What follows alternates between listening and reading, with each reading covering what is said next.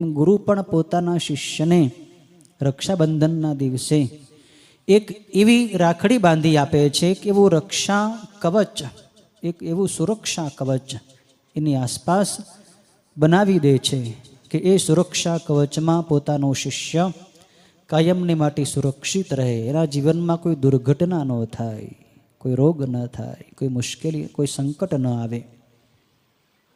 પ્રત્યેક ગુરુ પોતાના શિષ્યનું કલ્યાણ ઈચ્છે છે અને ગુરુ પાસેથી શિષ્યને જે મળે છે એવું જગતમાં બીજે ક્યાંય એને મળતું નથી, મળી શકતું નથી. ગુરુ પોતાના શિષ્યને એવી અમૂલ્ય ચીજ, એવું અદૃશ્ય ધન આપી દેતા હોય છે કે એ ધન ગુપ્ત છે. એ ધન જેને મળી જાય એ સાચો શાશ્વત ધનવાન બની જાય છે. ગુરુની પાસેથી શિષ્યની અમૂલ્ય ધન મળે છે, અમૂલ્ય રાશિ મળે છે. એ ધનના બદલામાં શિષ્ય એનું ક્યારેય ઋણ ચૂકવી શકતો નથી.